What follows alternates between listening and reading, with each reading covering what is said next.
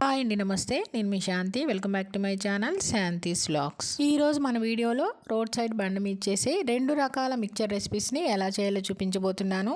Road side బండి మీద రకరకాలుగా మిక్చర్స్ చేస్తూ ఉంటారు కదండి. ఇలా ఇంట్లోనే బజ్జీ మిక్చర్ని, టమాటా మిక్చర్ని చాలా సింపుల్గా మనం కూడా చేసేసుకోవచ్చు. పిల్లలకైనా పెద్దవాళ్ళకైనా ఇలా చేసి పెట్టారంటే చాలా ఇష్టంగా తినేస్తారు. టేస్ట్ కూడా చాలా అంటే చాలా బాగుంటుంది. మరి ఇంకెందుకని ఆలస్యం, రోడ్ సైడ్ బండి మీద చేసే ఈ 2 రకాల మిక్చర్స్ని ఇంట్లోనే ఈజీగా ఎలా చేయాలో చూద్దామా. వీడియోలోకి వెళ్లే ముందుగా నా ఛానల్ని లైక్ చేయండి, షేర్ చేయండి, సబ్స్క్రైబ్ చేయడం మర్చిపోకండి. ముందుగా మనం ఈ 2 రకాల మిక్చర్లు చేయడానికి బజ్జీలను ప్రిపేర్ చేసుకోవాలండి. ఇలా బజ్జీలు ప్రిపేర్ చేసుకోవడానికి నేను ఇక్కడ బజ్జీ మిర్చిని తీసుకున్నానండి. ఇవి కొంచెం కారం కలిపి తీసుకోవాలి. నేను ఇక్కడ 100 గ్రాముల మిర్చిని తీసుకున్నానండి. ఇలా పచ్చిమిరపకాయలని తీసేసుకొని శుభ్రంగా కడిగేసేసుకొని ఇప్పుడు ఒక్కొక్క పచ్చిమిరపకాయని తీసుకొని మధ్యలోకి ఈ విధంగా నేను చూపించే విధంగా ఘాటు పెట్టేసేసుకొని లోపల ఉన్న గింజలన్నీ తీసేసుకోవాలి. ఇవి కొంచెం కారం గల మిరపకాయలు కాబట్టి లోపల ఉన్న గింజల్ని తీసేస్తే కొంచెం కారం అనేది తగ్గుతుంది. ఈ విధంగా లోపల ఉన్న గింజలన్నీ తీసేసుకోవాలి. ఇలా ఒక్కొక్క మిర్చిని తీసుకొని లోపల ఉన్న గింజలన్నీ తీసేసుకొని వేరొక ప్లేట్లోకి పెట్టేసేసుకోవాలి. ఇలానే అన్ని పచ్చిమిర్చిని లోపల ఉన్న గింజల్ని తీసేసుకొని ఇలా ప్లేట్లోకి వేసేసుకొని పక్కన పెట్టేసుకోవాలి. ఇప్పుడు ఈ పచ్చిమిర్చిలోకి స్టఫింగ్కి ఒక ప్లేట్ తీసుకొని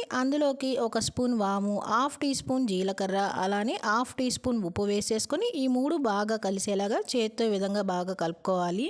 వాముని ఇలా బాగా మెదిపి తీసుకోవటం వల్ల ఆ ఫ్లేవర్ అనేది వచ్చి చాలా టేస్టీగా ఉంటాయండి. ఈ మూడింటిని ఇలా బాగా మెదిపిన తర్వాత మనకి స్టఫింగ్ అనేది రెడీ అయిపోయింది. ఇప్పుడు మనం ఘాటు పెట్టుకున్న పచ్చిమిరపకాయలని ఒక్కొక్కటి తీసుకొని కొద్దిగా ఈ పచ్చిమిర్చి మధ్యలో మనం స్టఫ్ చేసేసుకోవాలి. ఇలా స్టఫ్ చేసేసుకుంటే మనకి మిర్చి అనేది రెడీ అయిపోతుందండి. ఇలానే అన్ని మిర్చిని స్టఫ్ చేసేసుకొని రెడీ చేసుకోవాలి. నాకైతే నేను తీసుకున్న క్వాంటిటీ అనేది కరెక్ట్గా సరిపోయిందండి. ఇలా అన్ని మిర్చిలకి స్టఫ్ చేసేసుకున్నాక ఇప్పుడు మనం బజ్జీలకి పిండి కలుపుకుందామండి. ఒక మిక్సింగ్ బౌల్ తీసుకుని ఆ మిక్సింగ్ బౌల్లోకి 1 కప్పు శనగపిండి వేసుకుంటున్నాను. బౌల్లోకి ఇలా 1 కప్పు శనగపిండి వేసేసుకున్నాక మళ్ళీ అదే కప్పుతో మరొక 1/2 కప్పు శనగపిండి కూడా వేసుకోవాలి. మొత్తం నేను ఇక్కడ 1.5 కప్పుల శనగపిండి వేసుకుంటున్నాను. ఇప్పుడు ఇందులో రుచికి సరిపడినంత ఉప్పు, 1/2 టీ స్పూన్ పసుపు, అలానే ఒక చిటికెడు వంట సోడా వేసుకోవాలి. 3 వేసేసుకున్నాక ఇవన్నీ బాగా కలిసేలాగా ఈ విధంగా చేత్తో కలుపుకోవాలండి. నేను తీసుకున్న 100 గ్రాముల పచ్చిమిర్చికి 1.5 కప్పుల శనగపిండి అయితే కరెక్ట్గా సరిపోతుందండి. పిండిని ఈ విధంగా నేను చూపించే విధంగా చేత్తో బాగా రఫ్ చేస్తూ కలుపుకోవాలి. ఇలా కలిపేసేసుకున్నాక ఇప్పుడు ఇందులో కొద్దిగా నీళ్ళని పోసుకుంటూ ఒకే డైరెక్షన్లో పిండిని కలుపుకోవాలి. మరి ఒకసారి నీళ్ళు అనేది ఎక్కువగా పోయకుండా కొంచెం నీళ్ళని పోసుకుంటూ పిండిని ఈ విధంగా బాగా కలుపుకోవాలి. పిండి అంతా ఈ విధంగా బాగా కలిపేసేసుకున్నాక ఇప్పుడు ఇందులో 3 టేబుల్ స్పూన్ల బియ్య పిండి వేసుకోవాలి. మనం ముందే శనగపిండి అంతా బాగా కలిపేసేసుకున్నాక తర్వాత మనం బియ్య పిండి వేసుకొని కలుపుకుంటే బజ్జీలు అనేవి చాలా బాగా వస్తాయి. ఇప్పుడు ఈ బియ్య పిండిని కూడా ఈ పిండిలో కూడా బాగా కలిసేలాగా ఎక్కడా ఉండలు లేకుండా ఈ విధంగా ఒకే డైరెక్షన్లో కలుపుకుంటూ ఉండాలి. పిండంతా కలిపేసేసుకున్నాక ఇప్పుడు మరి కొంచెం నీళ్లు పోసేసుకొని ఇప్పుడు ఈ పిండిని కూడా బాగా బీట్ చేస్తూ కలుపుకోవాలండి. మనం ఎంత బాగా బీట్ చేసి పిండి కలుపుకుంటామో బజ్జీలు అనేవి అంత బాగా వస్తాయి. చూడండి, ఇక్కడ నేను చూపించే విధంగా బాగా బీట్ చేస్తూ కలుపుకోవాలి. పిండి చూడండి చాలా సాఫ్ట్గా కలిసింది కదా.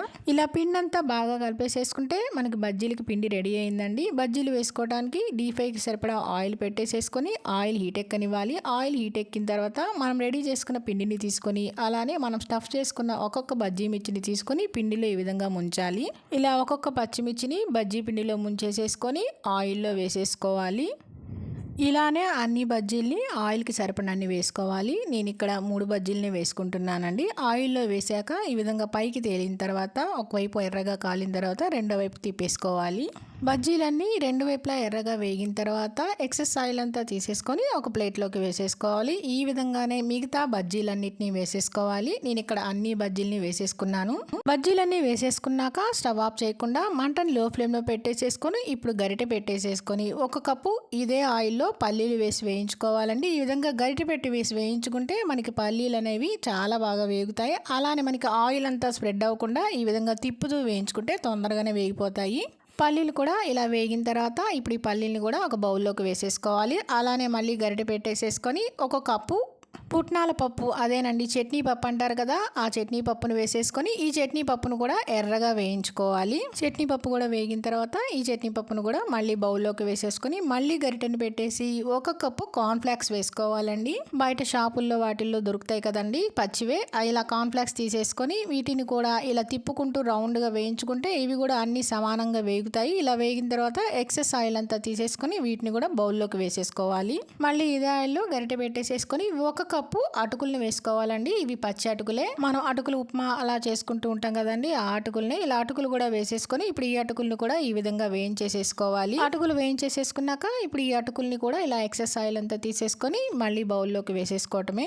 ఇలా మనకు కావాల్సినన్ని ఆయిల్లో వేయించేసేసుకున్నాక ఇప్పుడు మనం మిక్చర్ని ప్రిపేర్ చేసుకుందాము. మనం వేయించుకున్న బజ్జీల్ని ఇలా బౌల్లోకి వేసేసుకున్నాక ఇప్పుడు ఒక్కొక్క బజ్జీని తీసుకొని ఇలా నేను చూపించే విధంగా చాకుతో మధ్యలోకి కోసేసుకోవాలి. అంటే 2 వైపులా ఈక్వల్ పార్ట్గా ఇలా వచ్చేసేయాలి. ఇలా 2 ముక్కలుగా కట్ చేసేసుకున్నాక వీటిని చిన్న చిన్న ముక్కలుగా మనం చాక్తో కట్ చేసుకోవాలండి. మరి పెద్ద సైజు ముక్కలు కాదు, ఇక్కడ నేను చూపించే విధంగా చిన్న చిన్న ముక్కలుగా ఈ బజ్జీలన్నిటిని కట్ చేసేసుకొని తీసుకోవాలి. ఇలానే మనం వేయించుకున్న బజ్జీలన్నిటిని మధ్యలో చాకుతో కట్ చేసేసుకొని చిన్న చిన్న ముక్కలుగా కట్ చేసేసుకొని వీటన్నిటిని ఒక బౌల్లోకి వేసేసుకోవాలి. ఇప్పుడు ఒక బౌల్లోకి నేను వేయించుకున్న కార్న్ఫ్లాక్స్, అటుకులు, అలానే 1 కప్పు మరమరాలు ఈ మూడింటిని ఇలా బౌల్లోకి వేసుకున్నాను. బౌల్లోకి వేసేసుకొని ఈ మూడింటిని ఇలా కలిపేసేసుకోవాలి. ఇలా కలుపుకున్నాక ఇప్పుడు మనం కట్ చేసి పెట్టుకున్న బజ్జీ మిర్చి ముక్కలు ఉన్నాయి కదండి, ఆ బజ్జీ మిర్చి ముక్కల్ని ఇందులో వేసేసుకోవాలి.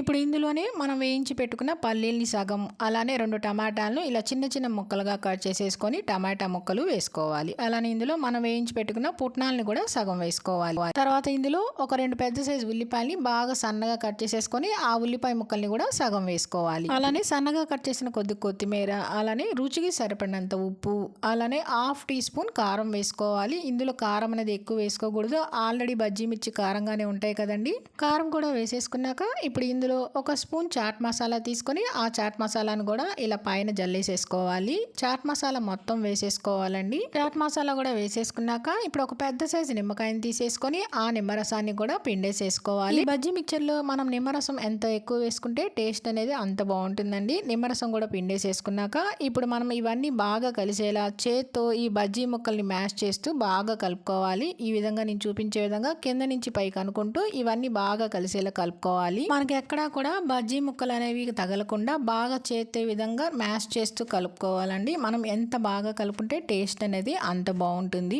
అలానే రోడ్ సైడ్ బండి మీద కూడా ఒక గిన్నెలో వేసి ఈ విధంగా బాగా కలుపుతూ ఉంటారు కదండి, ఆ విధంగానే కలపాలి. ఇలా అంతా కలిపేసేసుకున్నాక ఒకసారి టేస్ట్ చూసుకోవాలి. ఇలా టేస్ట్ చూస్తే కనుక మనకు ఉప్పు, కారం, చాట్ మసాలా ఏమైనా తగ్గినాయి అనుకోండి, ఈ స్టేజ్లో ఉన్నప్పుడు మరొకసారి వేసేసుకొని కలుపుకోవచ్చు. నాకైతే ఉప్పు, కారం 2 బాగా తగ్గినాయండి. నేను ఇక్కడ మళ్ళీ కొంచెం ఉప్పు, అలానే ఒక 1/2 టీ స్పూన్ కారం వేసుకుంటున్నాను. ఇలా స్పైసీగా ఈ బజ్జీ మిర్చి తింటే చాలా బాగుంటుంది.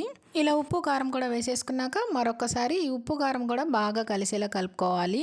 మిక్చర్ అంతా ఇలా బాగా కలిపేసేసుకున్నాక మరొకసారి టేస్ట్ చేసేసుకుంటే నాకైతే అన్నీ కరెక్ట్గా సరిపోయినాయండి.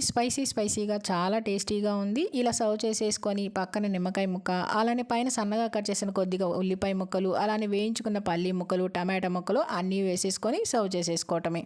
అంతేనండి, బజ్జీ మిక్చర్ రెడీ అయిపోయింది. ఇలా పైన మళ్ళీ నిమ్మకాయ పిండేసేసుకొని తింటూ ఉంటే చాలా టేస్టీగా, స్పైసీగా, ఎంతో టేస్టీగా ఉంటుందండి. రోడ్ సైడ్ బండి మీద అమ్మే అచ్చం బజ్జీ మిక్చర్ లాగానే ఉంటుంది. మీరు కూడా ఒకసారి తప్పకుండా ట్రై చేయండి. పిల్లలకైనా పెద్దవాళ్ళకైనా చాలా బాగా నచ్చుతుంది.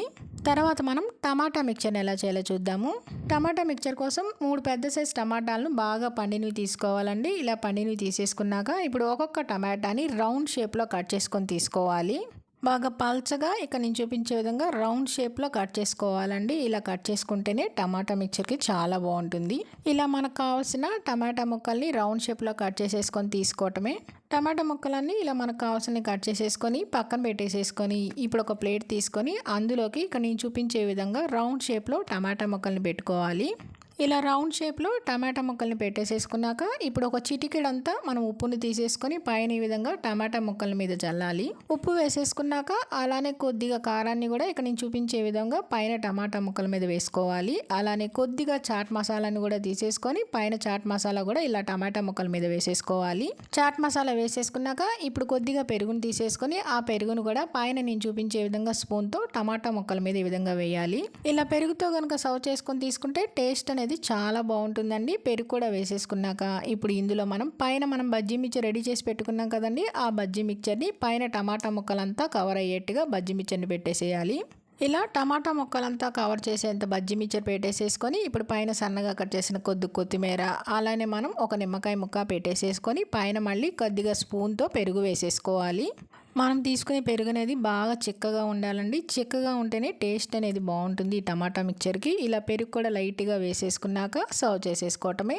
అంతేనండి, టమాటా మిక్చర్ రెడీ అయిపోయింది. ఇలా కనుక సర్వ్ చేసుకొని తిన్నారంటే చాలా టేస్టీగా ఉంటుంది. పిల్లలకైనా పెద్దవాళ్ళకైనా చాలా బాగా నచ్చుతుంది. మా పిల్లలకైతే ఎప్పుడైనా సరే ఇదే చేసి పెడతాను, చాలా ఇష్టంగా తినేసేస్తారు. మరి ఇంకెందుకన్నా ఆలస్యం, మీరు తప్పకుండా ట్రై చేయండి. ట్రై చేసి మీకు ఎలా వచ్చిందో కింద కామెంట్ రూపంలో తెలియజేయడం మర్చిపోకండి. అలానే రోడ్ సైడ్ బండి మీద చేసే ఈ టమాటా మిక్చర్ బజ్జీ మిక్చర్ వీడియో మీకు నచ్చిందా అండి? నచ్చితే కనుక లైక్ చేయండి, మీ ఫ్రెండ్స్కి రిలేటివ్స్కి షేర్ చేయండి, సబ్స్క్రైబ్ చేయండి. మరిన్ని అప్డేట్ కోసం కింద ఉన్న బెల్ ఐకాన్ని క్లిక్ చేయండి.